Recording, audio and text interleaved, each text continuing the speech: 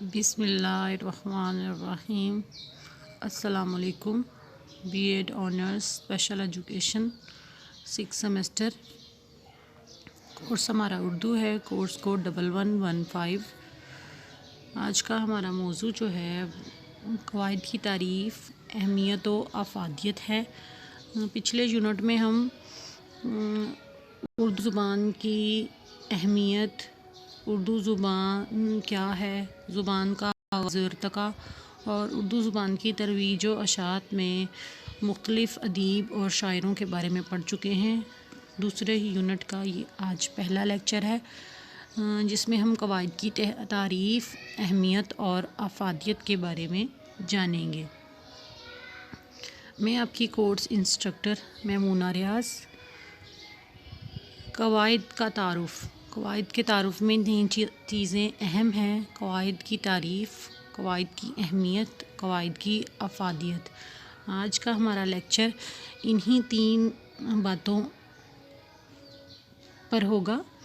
اردو زبان کو صحیح طور پر بولنے، لکھنے، سمجھنے، سمجھانے اور درس و تدریس کے لیے ایسے اصولوں کی ضرورت ہے جس کے وسیلے سے اردو زبان کی صحت اور اس کی ادبی و لسانی خوبیوں اور اس کے محاسن سے پوری آگاہی ہو سکے۔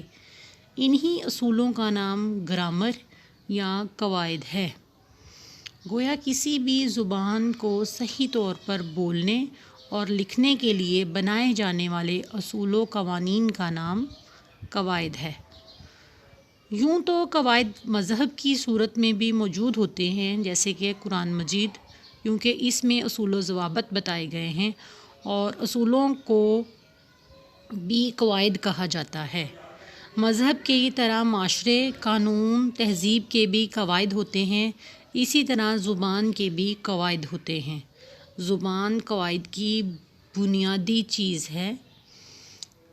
زبان کے استعمال کے بعد زبان کے قوانین بنتے ہیں، یعنی کہ ایسا نہیں ہے کہ کسی بھی زبان کے قوانین بنا دیے جائیں، بلکہ زبان کے کافی عرصہ استعمال سے جو اس زبان میں تبدیلیاں رونما ہوتی ہیں، پھر ان کو قواعد کی شکل میں مرتب کر لیا جاتا ہے۔ زبان کے قواعد جگہ، زمانہ اور جنس کے اعتبار سے بدل جاتے ہیں۔ مثلاً لڑکا جاتا ہے، لیکن لڑکی کے لیے جاتی لفظ استعمال کیا جاتا ہے۔ زبان میں سب سے پہلے سننا، پھر بولنا، پھر لکھنا اور پھر پڑھنے کا عمل ہوتا ہے۔ زبان ترسیل کا ذریعہ ہے، اور ترسیل کم از کم 2 آدمیوں کے درمیان ہوتی ہے۔ اکیلا آدمی اگر کہیں رہ رہا ہو تو وہ بولتا بھی نہیں تو صاف ظاہر ہے وہاں پر دوسرا کوئی نہیں، اسی لیے وہ سنتا بھی نہیں، اور اسی لیے اسے زبان کے قواعد کی پابندی کرنا بھی لازمی نہیں ہوگی۔ ہمیشہ قواعد، اصول ملت و قوم کے وجود سے جنم لیتے ہیں، کیونکہ زندگی گزارنے کے لیے کچھ اصول و ضوابط ضروری ہوتے ہیں۔ زبان زمانے کے حوالے سے اپنی تفہیم اور معنی بدلتی رہتی ہے۔ زبان ایک دریا کی طرح ہے، یعنی اس میں ہمیشہ بہاؤ ایک جیسا نہیں رہتا۔ ایک دوسرے کے ساتھ ترسیل کا نام زبان ہے۔ قواعد و انشاء کے تفصیلی مطالعے سے ہم زبان کی مزید خصوصیات آگے پڑھتے رہیں گے، کیونکہ جس طرح سے زبان کا اطلاق ہوتا رہے گا، اسی طرح سے ہم زبان کی اہمیت کے بارے میں جانتے رہیں گے۔ یہ قواعد کی مختصر سی تعریف تھی۔ قواعد کے لیے چند بنیادی چیزیں ضروری ہیں۔ قواعد دراصل خیالات کی ترسیل ہی کا نام ہے۔ جب 2 آدمی ایک دوسرے کی بات سمجھتے ہیں تو خیالات کی ترسیل ہوتی ہے۔ کسی بھی زبان کے قواعد نویسی کا کام اہمیت کا حامل ہے، جس سے زبان کے بدلتے مطالب و مفاہیم سامنے آتے ہیں۔ قواعد نویسی کی مختلف وجوہات ہیں۔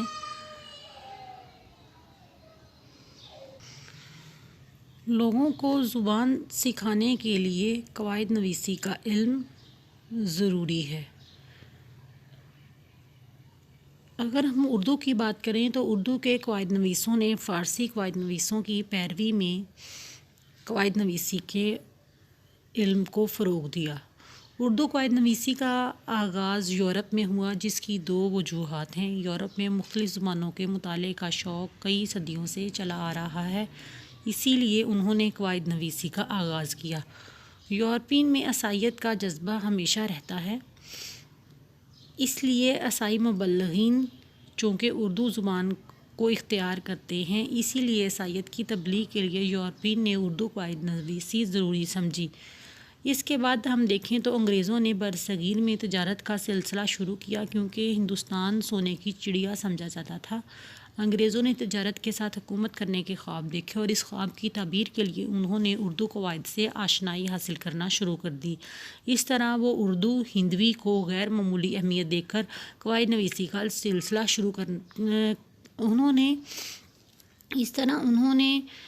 ہندی کو غیر معمولی اہمیت دے کر قواعد نویسی کا سلسلہ شروع کیا۔ اردو میں قواعد نویسی یورپین مصنفین میں سب سے پہلے گلکرسٹ اور گارسن دیداسی نے شروع کی، جبکہ 19ویں صدی کا آغاز ہوا تو اس صدی میں اردو بولنے والوں نے بھی اردو قواعد نویسی کی ضرورت محسوس کی۔ سب سے پہلے اردو مصنف انشاء اللہ خان انشا نے اردو قواعد نویسی کا آغاز کیا اور ایک کتاب دریائے لطافت لکھی۔ اس کتاب کے ضمن میں مولوی عبدالحق کہتے ہیں، سید انشاء اللہ خان انشا پہلے شخص تھے جنہوں نے عربی فارسی زبان کی پیروی کو چھوڑ کر اردو زبان کی حیت اور اصلیت پر غور کیا اور اس کے قواعد وضع کیے، اور جہاں کہیں تتبع کیا بھی تو وہاں زبان کی حیثیت کو کبھی نہیں بھولے۔ یہ ان کی ایک مختصر سی کوٹیشن ہے، تتبع پیروی کو کہتے ہیں۔ اس کے بعد اہم ناموں میں روشن علی انصاری، بہادر علی حسینی، مولوی ابراہیم، محمد علی دہلوی، مرزا محمد صالح، مولوی کریم الدین پانی پتی، حیدر جنگ بہادر، محمد علی کے نام شامل ہیں۔ 20ویں صدی میں منظم اور ترقی یافتہ شکل میں اردو قواعد نویسی کو جن مصنفین نے فروغ دیا ان میں مندرجہ ذیل کتابیں اور مندرجہ ذیل مصنفین شامل ہیں: مولوی فتح محمد خان جلندری، مصباح القواعد ان کی مشہور قواعد پر کتاب ہے، مولوی عبدالحق اردو قواعد، سید قاسم رضا نسیم امروہی جدید آئین اردو، ڈاکٹر ابوالعز صدیقی جامع القواعد، منصف خان صاحب نگارستان، شفیع احمد صدیقی اردو زبان قواعد، ڈاکٹر شوکت سبزواری اردو قواعد، پروفیسر فدا علی خان قواعد اردو، یہ ان کی مشہور کتاب ہے۔ دوبارہ سے قواعد پر مشتمل کتابوں کے نام بول دیتی ہوں: مولوی فتح محمد خان جلندری، مصباح القواعد، مولوی عبدالحق کی مشہور کتاب ہے، مجلس ترقی ادب نے شائع کی ہے، اردو قواعد کے نام سے، سید قاسم رضا نسیم امروہی جدید آئین اردو، ڈاکٹر ابوالعز صدیقی جامع القواعد، منصف خان صاحب کی قواعد پر کتاب ہے، نگارستان، شفیع احمد صدیقی اردو زبانوں قواعد، ڈاکٹر شوکت سبزواری اردو قواعد، پروفیسر فدا علی خان قواعد اردو ان کی مشہور کتاب ہے۔ قواعد کی ضرورت و اہمیت کے لیے زبان کو اہمیت حاصل ہے۔ زبان کے بغیر قواعد مرتب نہیں کیے جا سکتے، قواعد مخصوص نہیں کیے جا سکتے، قواعد منضبط نہیں کیے جا سکتے۔ جب تک زبان نہ ہوگی تب تک اس کا عمل بہتر طریقے سے سر انجام نہیں دیا جا سکتا۔ اردو زبان کو صحیح طور پر بولنے، لکھنے اور سمجھنے کے لیے ہی قواعد کی ضرورت کو محسوس کیا گیا۔ زبان کیا ہے، زبان کا کام کیا ہے، زبان کی ساخت کیا ہے؟ زبان دراصل ترسیل کا ایک وسیلہ ہے۔ زبان کے ذریعے ہی خیالات کی ترسیل ہوتی ہے۔ جب دو آدمی آپس میں ایک دوسرے کی بات کو سمجھ لیتے ہیں تو گویا زبان کی ترسیل ہو جاتی ہے۔ دوسری اہم بات زبان کی خصوصیت میں پیداواری صلاحیت ہے۔ زبان کی ایک خصوصیت یہ بھی ہے کہ اس میں پیداواری صلاحیت موجود ہوتی ہے، یعنی ہر طرح کا خیال مختلف پیرائے میں لکھا جا سکتا ہے، یعنی حروف سے الفاظ، الفاظ سے تراکیب، تراکیب سے جملے، جملوں سے پیراگراف اور پھر پیراگرافوں سے کتابیں لکھی جاتی ہیں۔ زبان ہمیشہ غیر مدلل ہوتی ہے، یعنی کوئی دلیل نہیں دی جا سکتی کہ فلاں چیز کا نام یہ کیوں رکھا گیا۔ مثلا پنکھے کو پنکھا، کمپیوٹر کو کمپیوٹر کیوں کہا جاتا ہے، پنکھے کو صرف پنکھا ہی کیوں کہا جاتا ہے، کچھ اور کیوں نہیں؟ ان سوالوں کے لیے کوئی دلیل موجود نہیں، کیونکہ الفاظ کوئی معنی نہیں رکھتے بلکہ خیال معنی رکھتے ہیں۔ الفاظ آپ کو پچھلی کلاسز میں بھی بتایا گیا تھا، الفاظ علامتیں ہیں، ان کے کوئی معنی نہیں ہیں۔ قواعد، زبان کے مقرر کردہ قواعد جو ہوتے ہیں وہ زبان کے استعمال سے وجود میں آتے ہیں، ان کو بدلا نہیں جا سکتا، یعنی زبان پھر ان قواعد کی پابند ہو جاتی ہے۔ مثلا علی کھانا کھاتا ہے کو ہم علی کھانا کھاتی ہے نہیں لکھ سکتے، کیونکہ علی ایک لڑکا ہے۔ ہر زبان کسی نہ کسی تہذیب سے ضرور وابستہ ہوتی ہے، کوئی بھی زبان بغیر تہذیب کے وجود میں نہیں آ سکتی۔ زمان و مکان سے آزاد، زبان ہمیشہ زمان و مکان سے مکمل طور پر آزاد ہوتی ہے، یعنی ہم بیٹھے بٹھائے زبان کے ذریعے ماضی میں جا سکتے ہیں، حال میں جا سکتے ہیں، مستقبل میں بھی جا سکتے ہیں، لیکن ایسا ممکن نہیں ہے کہ ہم زبان کے ذریعے کسی بھی اور قسم کی سرگرمی سر انجام دے سکیں، لکھنا، پڑھنا، بولنا اور سمجھنا۔ سب سے اہم ترین زبان کی خصوصیت یہ ہوتی ہے کہ اس میں اختصار کی صلاحیت موجود ہوتی ہے، یعنی ایک لفظ یا ایک جملے سے پوری کتاب کا مفہوم سمجھ میں آ جاتا ہے، یعنی محاورات، ضرب المثل کے ذریعے دریا کو کوزے میں بند کرنے کا کام بھی زبان ہی سے لیا جاتا ہے۔ زبان میں دوہرا پن بھی موجود ہوتا ہے، یعنی ویسے دیکھا جائے تو ایک ایک حرف کا کوئی بھی مطلب نہیں ہوتا، لیکن جب ان حروف کو ملایا جاتا ہے اور الفاظ بنتے ہیں تب ان کے معنی اور مطالب سمجھ میں آتے ہیں۔ بغیر معنوں کے کوئی بھی لفظ جو ہے وہ اہمیت نہیں رکھتا، کسی لفظ کی، کسی حرف کی کوئی وقت نہیں ہوتی۔ قواعد کی اہمیت کیوں محسوس کی گئی یا قواعد کی اہمیت پر کیوں زور دیا جاتا ہے، اس کے لیے مندرجہ ذیل پوائنٹ ہے میرے ذہن میں۔ سب سے پہلا پوائنٹ یہ ہے کہ اردو زبان کی درستگی کے لیے اردو قواعد انشاء کی ضرورت پڑتی ہے یا پڑی ہے، تاکہ زبان کو درست طریقے سے لکھا جائے، پڑھا جائے، بولا جائے، سمجھا جائے۔ دوسرا اہم جو پوائنٹ ہے وہ یہ ہو سکتا ہے کہ زبان کی خوبصورتی برقرار رکھنے کے لیے اردو قواعد کی اہمیت اپنی جگہ تسلیم شدہ ہے۔ مطلب اردو زبان کی خوبصورتی کو برقرار رکھنے کے لیے ہم قواعد کی اہمیت کو کسی صورت بھی نظر انداز نہیں کر سکتے۔ تیسرا اہم پوائنٹ جو ہے وہ یہ ہے کہ اردو زبان کو واضح اور ٹھیک طریقے سے اگر سمجھنا ہو تو اردو قواعد کی ضرورت پڑتی ہے۔ اگر اردو زبان کو اچھے طریقے سے سمجھنا نہ ہو تو زبان کے بغیر بھی کام چلایا جا سکتا ہے۔ اردو زبان کے مختلف اجزاء ہیں، ان اجزاء کو سمجھنے کے لیے قواعد کی اہمیت سے انکار ممکن نہیں، اور زبان کا بنیادی فائدہ بھی یہی ہے کہ زبان اپنے لکھنے، پڑھنے، بولنے اور سننے والوں کو بآسانی سمجھ میں آ جائے۔ اردو زبان کے اجزاء کے باہمی روابط کو ٹھیک سے جاننے کے لیے بھی اردو قواعد کی ضرورت سے انکار نہیں کیا جا سکتا۔ اسی طرح اردو زبان کی صحت کو سمجھنے، اسے پرکھنے کے لیے اردو قواعد انشاء کا سہارا لینا پڑتا ہے، جو کہ بہت ضروری ہے۔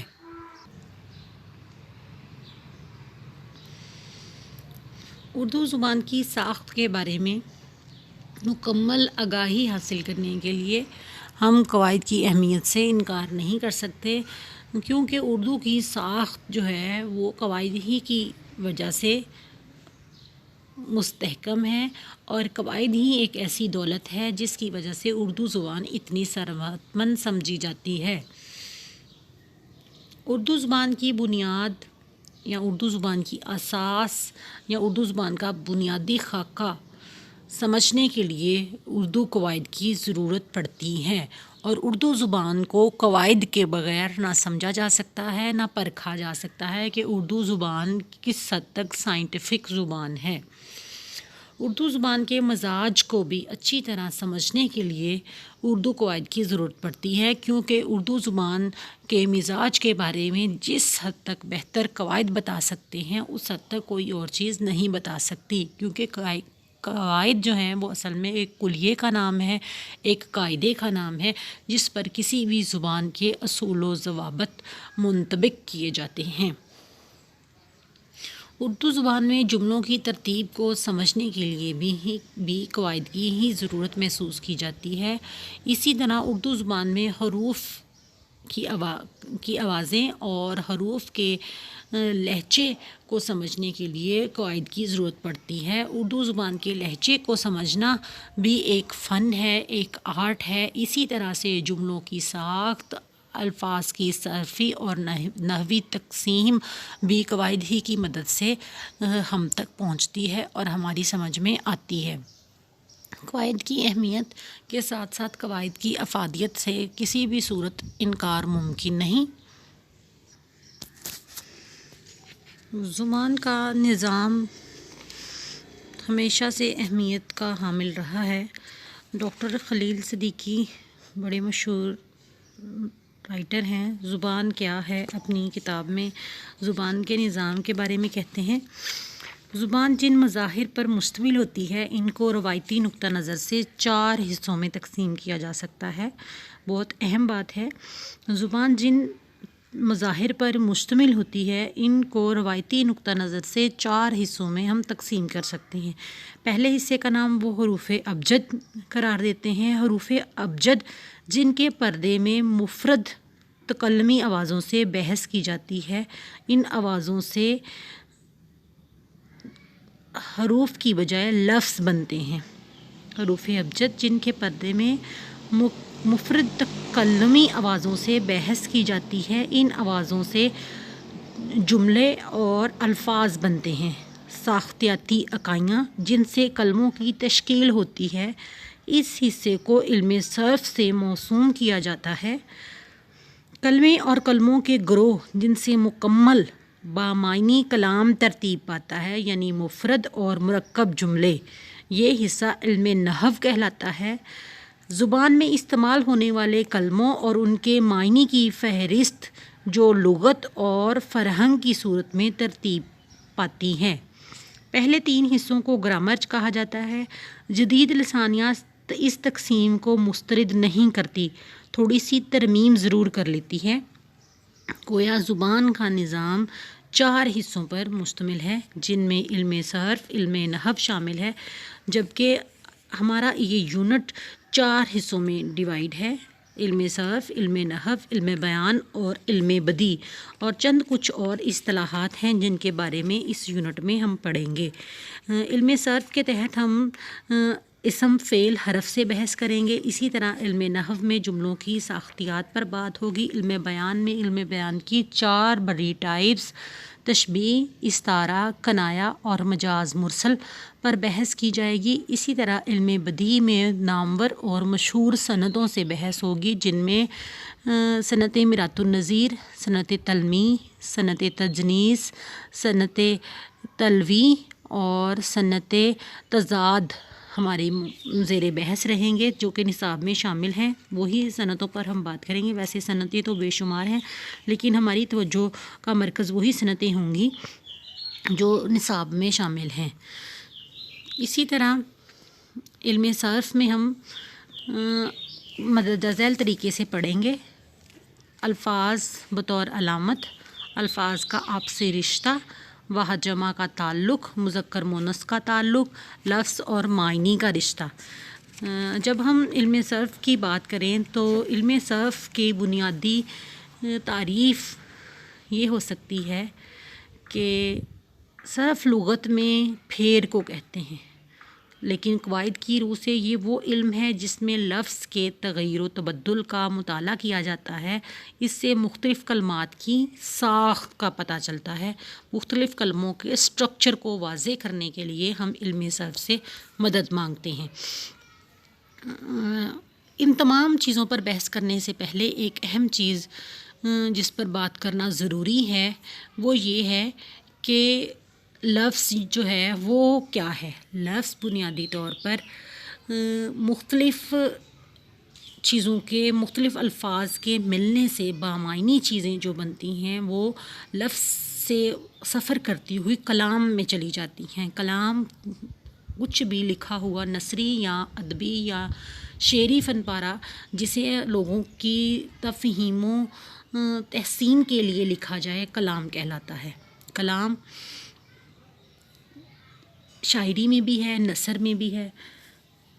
اب کلام کے لیے ایک بڑی مشہور ڈیفینیشن ہے کہ کلام جو ہے وہ کن چیزوں پر مشتمل ہوتا ہے، یا کلام ہم کسے کہتے ہیں، کلام کیسے ترتیب پاتا ہے۔ علم صرف کلام کی بنیاد ہے۔ علم صرف جو کہ اس یونٹ کا پہلا حصہ ہے وہ کلام کی بنیاد ہے۔ علم نحو اس کی دیواریں ہیں، علم بیان اس کا پلستر ہے، اور علم بدیع آرائشی نقش و نگار اور رنگ و روغن ہے۔ یہ ڈیفینیشن میں ایک دفعہ پھر سے بولوں گی، آپ لوگ نوٹ بھی کر سکتے ہیں۔ علم صرف کلام کی بنیاد، علم نحو اس کی دیواریں، علم بیان اس کا پلستر، علم بدیع آرائشی نقش و نگار اور رنگ و روغن ہے۔ اس یونٹ کے مطالعہ کے دوران ہم یہ تمام ڈیفینیشن پر مشتمل تمام باتوں کو ہم اخذ کریں گے کہ کیسے علم صرف کلام کی بنیاد بن سکتا ہے، علم نحو کلام کی دیواریں بن سکتا ہے، اور علم بیان سے کلام کے اوپر پلستر کیا جا سکتا ہے، اس کو خوبصورت بنایا جا سکتا ہے، اور مزید علم بدیع کے ذریعے اس کی تزئین و آرائش کی جا سکتی ہے، اس پر پینٹ کیا جا سکتا ہے، اس پر وال پیپرز لگائے جا سکتے ہیں، اور اس پر جو ہے کندہ کاری کی جا سکتی ہے۔ یہ اردو لغت نویسوں یا اہل زبان نے یہ تمام چیزیں جو ہیں یہ واضح کی ہیں۔ اچھا، اب سب سے پہلے جو ہمارا موضوع ہے وہ علم صرف ہے۔ علم صرف میں ہم 5 چیزوں کے تحت جو ہے اخذ و استفادہ کرتے ہیں۔ الفاظ کو ہم بطور علامت لکھتے ہیں، جیسے میں نے کہا پنکھے کو پنکھا کیوں کہا جاتا ہے، تو اس کی کوئی ریزن نہیں ہے، کیونکہ پنکھا جو ہے وہ ایک علامت ہے جو ہم نے پنکھے کے لیے جو ہے مخصوص کر لی ہے۔ اسی طرح الفاظ کا آپس میں رشتہ کیا ہے، واحد جمع کا کیا تعلق ہے، مونث مذکر کیسے بنتا ہے، کہ مثلا لڑکا کھاتا ہے اور لڑکی کھاتی ہے، اس ڈفرینس کو ہم کیسے قائم کرتے ہیں۔ اسی طرح لفظ اور معنی کا آپس میں کیا رشتہ ہے، یہ تمام چیزیں ہماری زیر بحث رہیں گی۔ علم صرف کے مباحث میں جو چیز یاد رکھنے کے قابل ہے یا جس پر ہم آئندہ لیکچر میں پڑھیں گے، علم صرف جو ہے وہ بنیادی طور پر 3 چیزوں پر مشتمل ہے، یا اس کی 3 بڑی ٹائپس جو ہیں وہ ہم دیکھیں گے۔ سب سے پہلے علم صرف جو ہے اس کی بنیاد جو ہے وہ لفظ پر ہے۔ لفظ جو ہے وہ کلمہ اور محمل سے بحث کرتا ہے، مطلب 2 بامعنی لفظ کو ہم کلمہ کہتے ہیں اور بے معنی لفظ کو ہم محمل کہتے ہیں۔ اسی طرح اسم کلمہ جو ہے وہ اس کی 3 ٹائپس ہیں، اسم، فعل اور حرف۔ جو ہمارا علم صرف ہے وہ ان تمام چیزوں سے بحث کرے گا، اسم کیا ہے، فعل کیا ہے اور حرف کیا ہے۔ اسی کے تحت الفاظ بطور علامت، الفاظ کا آپسی رشتہ، واحد جمع کا تعلق اور مونث مذکر کا تعلق زیر بحث رہے گا۔ کلمہ کی 3 اقسام جو ہیں، اسم، فعل، حرف، تو اس میں ہم سب سے پہلے اسم کے بارے میں پڑھیں گے۔ اسم کی 3 بڑی اقسام ہیں، معنوں کے لحاظ سے اسم کی اقسام، بناوٹ کے لحاظ سے اسم کی اقسام، اور اسی طرح واحد جمع کے اعتبار سے یا ساخت کے اعتبار سے جو ہے اسم کی اقسام۔ جو بناوٹ کے لحاظ سے اسم کی اقسام ہیں اس میں جامد، مشتق اور مصدر ہمارے زیر بحث رہے گا۔ اسی طرح جو اقسام ہم واحد جمع سے ریلیٹڈ ہیں وہ گنتی کے لحاظ سے اسم کی اقسام ہیں، جن میں واحد اور جمع جو ہے وہ زیر بحث رہیں گی. اسی طرح مؤنث مذکر اور باقی تمام چیزیں جو ہیں وہ علم صرف میں شامل ہیں. لفظ کی 3 اقسام میں نے آپ کو بتایا، اسم، فعل، حرف. گزشتہ لیکچر میں ہم زبان کی ترویج و اشاعت پر بات کر چکے ہیں. آنے والے لیکچرز میں ہم اسم، فعل اور حرف پر جو ہے وہ بات کریں گے. ان تمام باتوں سے پہلے ہم قواعد کی اہمیت، ضرورت اور افادیت کو وضع کر چکے ہیں. قواعد کی اہمیت اپنی جگہ تسلیم شدہ ہے. اس کی اہمیت سے کسی صورت بھی انکار ممکن نہیں، کیونکہ زبان جو ہے اس کا کام خیالات کا ابلاغ ہے. جب تک زبان نہیں ہوگی تب تک ابلاغ نہیں ہوگا.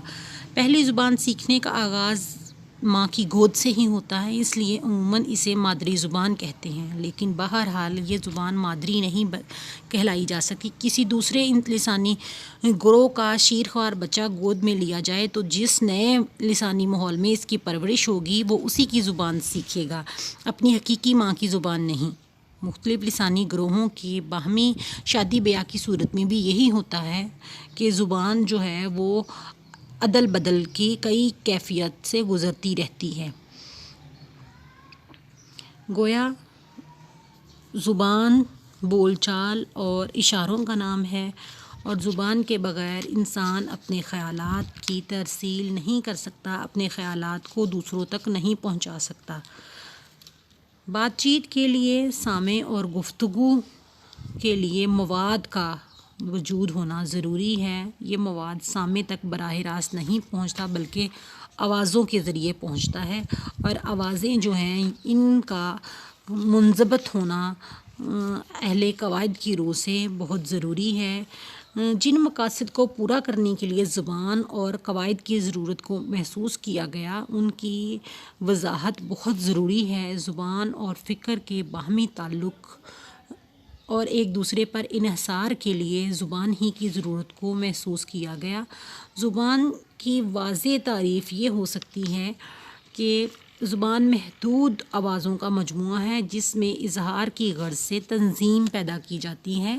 زبان روایتی علامتوں کا ایک نظام ہے جو کسی بھی وقت اختیاری طور پر مسلمات کے تحت واضح کیا جاتا ہے. زبان خیالات کے ابلاغ کی ایک قسم نہیں بلکہ ایک طرح کا سوچنے کا عمل ہے، ایک وسیلہ ہے سوچنے کا جو انسان ہی سے مخصوص کیا جاتا ہے. زبان صحیح معنوں میں فطری ذہانت کا آرٹ ہے. زبان صحیح معنوں میں فطری ذہانت کا آرٹ ہے کیونکہ وہ اس کا خارجی اظہار کرتی ہے. اب قواعد کی روح سے زبان کی تعریف یہ ہو سکتی ہے کہ زبان ان علامتوں کا ایک ڈھانچہ ہے جن کی مدد سے خیالات اور حقائق کو بیان کیا جاتا ہے. جن اشیاء کا وجود نہیں اور حواس کا جن کو ادراک نہیں ان کا خاکہ کھینچنا قواعد کا بنیادی کام ہے. زبان خیالات اور افکار کا اظہار کرنے والی علامتوں کا نظام ہے. زبان انسانی سرگرمی ہے اور عمل ہے جس کا مقصد خیالات و جذبات کا اظہار ہے. گویا قواعد زبان کے آزادانہ اور اختیاری طور پر وضع کی ہوئی علامتوں کے ذریعے خیالات، جذبات، احساسات کی جانچ پرکھ کا نام ہے. قواعد زبان کے ابلاغ کو مخصوص صورت عطا کرتے ہیں. قواعد کے بغیر زبان کا منضبط ڈھانچہ مکمل نہیں کیا جا سکتا. قواعد کے بغیر زبان کی عمارت کھوکھلی ہوتی ہے. قواعد کے بغیر زبان کی بنیادیں مستحکم نہیں ہوتی. قواعد کے بغیر زبان کے اندر سائنٹیفک مطالعہ ممکن نہیں ہو سکتا.